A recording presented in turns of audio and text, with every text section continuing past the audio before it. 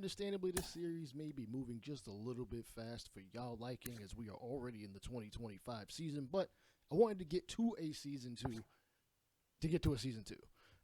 I don't like to play along with the Major League season. I like to get past it in most franchises I do anyway. So, without any further ado, these are the top couple of prospects throughout the league. Joaquin Zepeda of the Athletics was the number 1 pick in the 2024 draft. Our top prospect sits at 38. Our first round pick at pick number 8 in the first round, Gordon Wilson.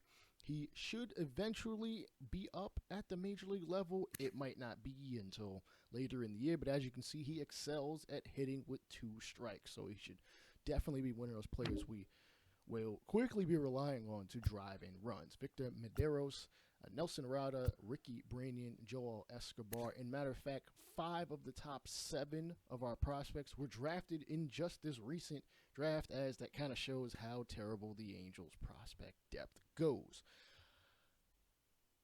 Most of the team, I gotta be completely honest with you, is about the same. There wasn't much that happened in the offseason. A couple of guys signed here and there. I think because I ended up actually re-signing some guys that were already on said teams, like Juan Soto and Blake Snell. Well, Blake Snell wasn't on a team last year. He finally is on a team, the same team we lost to in the postseason last year in the wild card round, the Toronto Blue Jays. Reed Detmer's coming back to hopefully get a Cy Young this year. We shall see, as he had probably an anomaly season, even for a guy as young as he is. But we faced the White Sox, the team that actually gave us some issues last year. Down the stretch in the month of September, we lost to them 5 times in 7 games, which really dampened our opportunity to advance further in the playoffs because, well, we didn't win the division. And here is their team. The bottom 2 players on this roster were signed just this past offseason. The rest of them, they were already here, as the White Sox went the extremely dirt cheap clearance sale route, picking up guys who honestly were making under $1 million, and many of them making under $100,000 just to fill out the roster. And Gifo, second batter, is going to bash this fastball in the left field. He will be credited with the first hit here in our Angels season. We are taking on their ace, and I say that in quotations, ace, because he is only 78 overall, Michael Kopech, an individual that, well, the upside is, or was there, but given how old he is at this present moment, 28, is he ever going to actually reach that top A potential, as we fly out to center field on the second plate appearance by Mike Trout. At least you know he still got the bop in him, but it just didn't get out this time. Sean, you'll fly ball to left field, and unfortunately our first inning will end fruitless. Luis Robert, a man that honestly was on the trade block for much of last year. Nobody traded for him. He is on the precipice of triple-digit home runs, and here in the 3rd pitch, he sees he's going to smoke one to the point Adele's fast ass is not even going to chase it down. It is way out of here.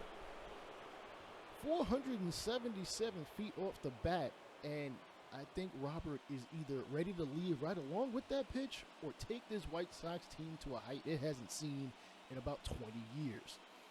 The White Sox have made the postseason 3 times in the last 18 years, but they haven't made it out of whatever first round may have been a part of the playoff format at the time. They've lost in the wild card round, they've lost in the divisional series. Either way, it doesn't matter, as, Andrew Vaughn gets on, as that is going to be scored a error by Livan Soto. Livan Soto playing shortstop. He did miss the postseason run, which, can I even call it a run if he barely moved?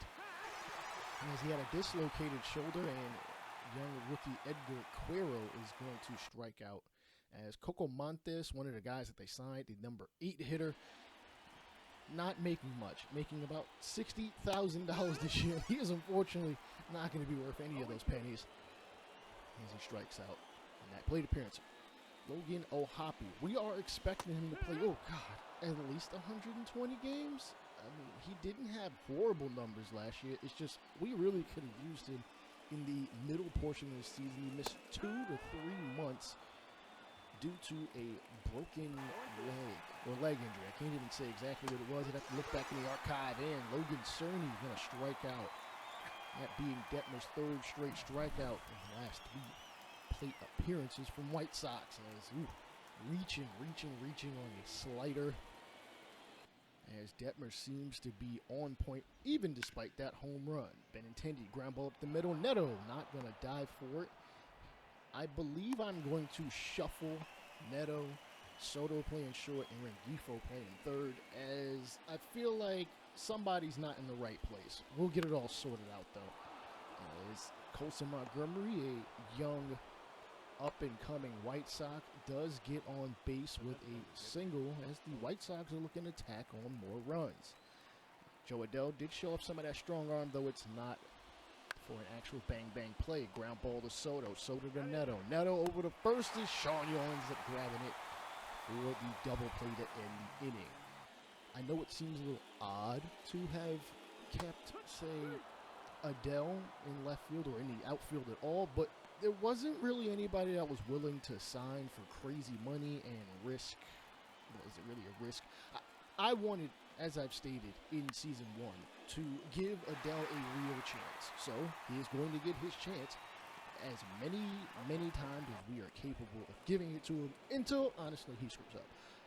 Yoan Moncada already over the triple-digit home run mark, and he is going to smoke this slurve way out, right about where Robert hit it earlier onto those rocks. I think back in the day, those rocks, if you ended up hitting a ball down there, you'd end up winning like $1 million. Moncada already is making like 15 in the last year of his contract. Will the White Sox re-sign him, or will this team really blow up? 421 feet off the bat, 107 miles an hour off as well, as Mike Trout steps up to the plate. Nearly 60 home runs, just shy of Aaron Judge's AL home run record. And you know what? We'll take base hits too, man. We'll take base hits. You know, we're going to need a lot more of the other players in the offense to really contribute, just as they did a lot last year. Michael Kopech gave up 2 hits and struck out 3 so far, but I got to say, he's pitching fairly well. Can't really complain. Maybe the White Sox make a move at some point. Maybe there's a pitcher out there. As you see our new manager, Vance Wilson, telling Trout to steal, but he won't have to bother, as it is a wild pitch to the backstop, and he will take second without being credited for a stolen base. Kopech, a little disappointed in himself, and quite possibly Carroll. Carroll is young. He is only 22 years old, and this is honestly his 21st game of his career, his first opening day. Fly ball to left, and we're going to pop out as we look to hopefully get a run here in the 4th. Ward smacks one to right field. It's going to bounce down in the grass. Trout is going to round third, and he's not even going to bother sliding as we finally get on the offensive board. It is 2-1. Take a look at that pitch one more time. It looks like a slider. Outside corner, caught just enough for the plate. Ward did what he needed to do. He's definitely one of the guys we are expecting to, if not do the same as he did last year, do even better. And unfortunately, Hoppy is going to strike out, swinging and missing. That inside pitch is just a problem for him, or at least it has been so far, and even in spring, even though I haven't shown you guys any of it. Coco Montes looking to possibly get his first hit of his career, and he is going to do so, despite him playing a couple of games in several different years for the Rockies. That was actually his first major league hit. And Cerny will get on as well as the White Sox. Actually, I'm sorry. Logan Cerny now got his first hit. Coco Montes has already gotten some. I am clearly mistaken. Thank you, graphics crew. Ground ball to Shoino. Shoino step on the bag at first. Can he get it up the home in time? He's not going to be able to do so. Runner slides in safe, 3-1 White Sox. Mike Trout is going to wrangle this fly ball. Is that runner going to stay? They would be privy to do so. Mike Trout might be getting a little older, but he can still get you out here and there. And Detmers will be saved by a pop-up into the infield as Rengifo makes the catch to end the 5th. Bottom of the fifth, and Neto not swinging a very healthy bat as he becomes the fifth strikeout victim for Kopech. Adele ground ball to short. Colson throws over to first, and Adele using that elite speed to beat out a throw. That is a base hit. Can we capitalize? Soto won't, but we'll have to go back to the top of the order to possibly do so. There's Mickey Moniak, 20 home runs, 76 RBIs, and he's quickly becoming a fan favorite. And here's the third pitch he sees, and he's going to hit this one high. And it is going to, at the wall, Robert getting over there, and not going to get to it as it hits just above the outstretched Robert. For the first Angels home run of this season, 365 feet. And the ball game is tied at 3. We are going to have to beat these teams, the teams that are the bottom of the barrel, and you know who they are. It hasn't changed much.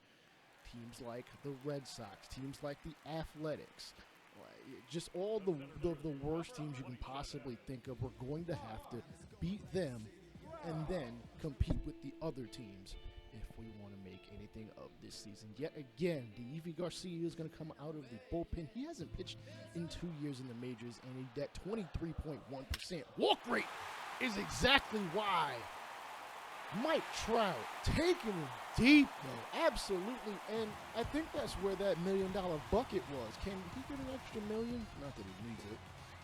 485 feet. Deivi Garcia, I will admit, I'm a Yankee fan, and you guys know this. I love his curveball, but geez Louise, when that thing hangs, oh my goodness, you know, we gon' bang. Especially Mike Trout. Apparently that hung up there for longer than a Pat McAfee punt. Nolan Shanuel will smoke a fastball this time, deep to center, and Robert, why are you chasing it? That is gonna get grass stains. 6-3 Angels as we go back to back here in the inning. Shanuel did miss some time last year too. It's good to have him back, obviously. We don't really have a backup for him. Not that I'm really expecting him to get hurt. He did play 133 games. If he can give us more of that, if he can give us 10 home runs and 44 RBIs, we will take it at a 287 clip. As Robert gets yet another hit, this time a base hit up the middle, and Moncada chopping it to Neto. Neto will step on the bag and throw it over to first, and that is a 4-3 double play. As he takes it to the second base bag himself. Andrew Vaughn is going to hit this one high and deep to left field near the corner. Adele a leap, and you know what? You just ain't tall enough, man. And if you were 10 feet tall, you still wouldn't make that play, unfortunately. Though he is 6'3", I will admit, I am short. I'm only 5'8", so it is what it is. As the White Sox get to within 2. Is this offense starting to show us that they can compete in the majors? And that's probably disrespectful to say. I mean, they're all major league players, as Sam Balkman is fortunately going to give up a hit to Edgar Carroll here in the 6th. Montez swings and misses at a circle change. Bachman coming back for his first pitching appearance in 2 seasons. He also did not play last year at all, not even in the minors. Mike Trout will step up to the plate here in the 7th inning. We're already up 2, but we would love an insurance run. Or 2. Or 3. As, Mike Trout has not stopped hitting balls deep. Jeez Louise, that is 8-4, and that would be the final score. 8-4, Trout continuing his extremely nuclear hitting. Going back to last year, is he looking for MVP number 5 or more importantly, ring number 1? In the next episode, we will see our top prospect, Gordon Wilson, in his AA debut.